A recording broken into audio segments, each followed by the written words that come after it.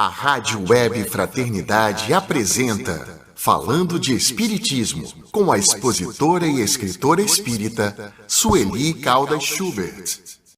Olá, amigos da Web Rádio Fraternidade. Estamos começando mais um programa Falando de Espiritismo com Sueli Caldas Schubert. A todos, muita paz. Nós hoje vamos falar um pouco, um programa um pouco diferente, porque com essa questão do coronavírus, o que está acontecendo? Muitas pessoas estão escrevendo, mandando perguntas, considerações, com medo da morte. E essas pessoas têm dúvidas as mais diversas e as mais interessantes. E por isso achei melhor hoje nós falarmos um pouco a respeito disso. Porque o coronavírus, como todos já sabem, não precisa de explicar coisa alguma, porque a mídia divulga isso de meio minuto, estão falando. E o que fica muito presente é a questão do confinamento.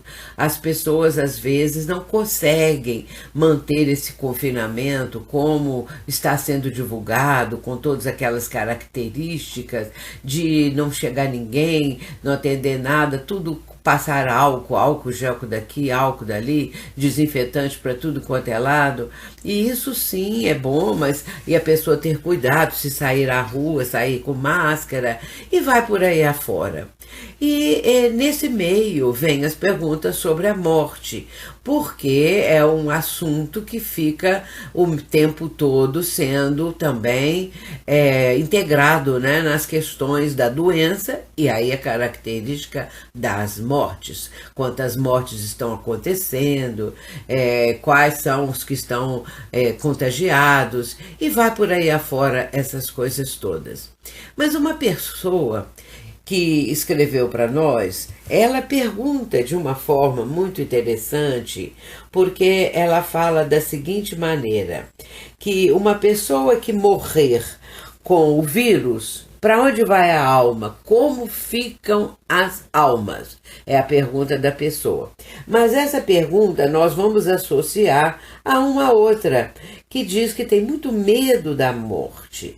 E ela fala, inclusive, que não está sabendo lidar com essa questão do vírus, da ameaça de morte, de contágio. Ela não está sabendo lidar com isso.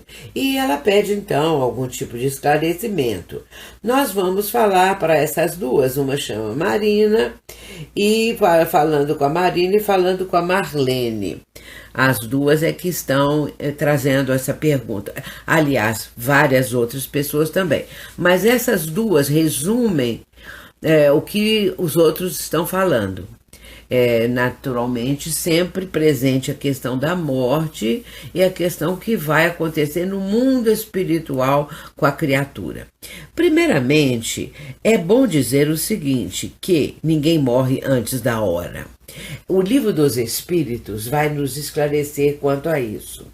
Nós estamos também lembrando a questão da proteção, dos protetores espirituais. Nós não podemos esquecer que toda criatura, todo ser humano tem um protetor que não afasta da pessoa desde que ela nasce, desde que reencarna, vamos dizer assim, e que está no mundo terreno, vem do mundo espiritual.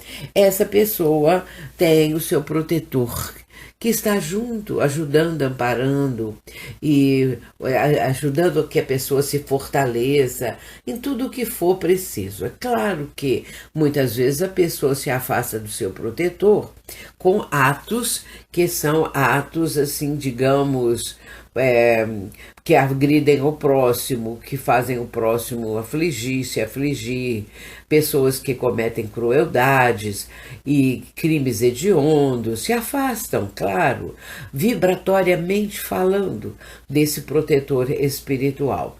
E aqueles outros que têm uma vida honesta, digna, mais equilibrada, especialmente os que fazem caridade, amor ao próximo, bondade, tudo isso faz com que a pessoa tenha uma possibilidade de aproximação com esse protetor, que é sempre um espírito mais elevado do que a própria criatura.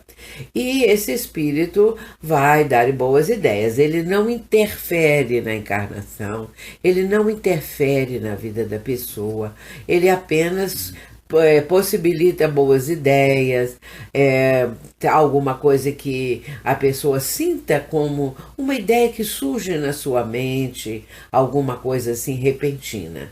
São esses os casos dos protetores na nossa vida. Mas vamos voltar às perguntas, aos questionamentos das nossas duas ouvintes e de outros que também perguntam sobre o mesmo assunto, a respeito da morte. O Livro dos Espíritos vai nos esclarecer quanto a isso. Nós vamos encontrar alguns momentos em esclarecimento muito oportuno para isso que as pessoas perguntam. Porque na questão 738, letra B, Kardec vai perguntar a respeito de pessoas que desencarnam vitimadas por fenômenos da natureza, chamados aqui de flagelos, por esses momentos que existem às vezes terríveis, como tsunamis, como terremotos, essas coisas todas. E aí a questão 738, letra B, diz o seguinte: quer a morte venha por um flagelo, quer dizer, por um fenômeno da natureza, como estes que eu mencionei, ou por uma causa comum, ninguém deixa de morrer quando houver soado a hora da partida. Pronto, só isso responde tudo. Se tiver que morrer, eu morro. Veja que aqueles que foram contaminados ficaram internados e não desencarnaram, porque não era a hora. Outros desencarnam. Pessoas que já entraram para o hospital com problemas mais graves, seja por idade, seja por falta de condições físicas, já estava a pessoa, muitas vezes, com o organismo debilitado. Outras não estão evidenciando isso, mas certamente aquele momento é chegado. Não adianta a pessoa querer protelar, querer fugir disso, é a hora. Mas nós precisamos entender a morte de uma maneira diferente. Como pergunta a Marlene, o que acontece com a alma que a pessoa que morre com essa questão do vírus? Alma. Acontece a mesma coisa com outras moléstias, com outros problemas, com situações terríveis que às vezes a pessoa enfrenta. Portanto, não há uma necessidade da pessoa manter este medo. A ação do espírito, da alma, depende dele, do que foi a vida dele. A pessoa vai colher, como disse o próprio mestre, a cada um segundo as suas obras. O que a pessoa fez, as obras que deixou, sejam elas de cunho material, sejam elas de cunho espiritual, tudo isso depende de como a pessoa vivenciou. E do lado de lá, na continuidade da vida, é isso que nós precisamos entender. Nós somos espíritos imortais. E sendo imortais, nós vamos chegar do outro lado da vida, na vida verdadeira, porque a vida do campo físico, ela é uma vida passageira, é uma vida fictícia, vamos dizer assim, fictícia no sentido de que ela não é verdadeira. A verdadeira é do espírito que está ali com esta veste. O corpo é uma veste, uma vestimenta que com o tempo vai ficar deteriorada, vai ficar em condições cada vez piorando mais a sua resistência, a sua aparência, a sua fragilidade, se apresenta com mais firmeza, eu digo assim, mais forte, né? No sentido de que a fragilidade se apresenta de uma forma mais presente. Não vamos tirar a palavra forte, porque se está frágil não pode estar forte. Então a questão é essa. Então a pessoa vai se apresentar assim com uma fragilidade orgânica. E às vezes ela nem sabe disso, mas chegou a hora, chegou.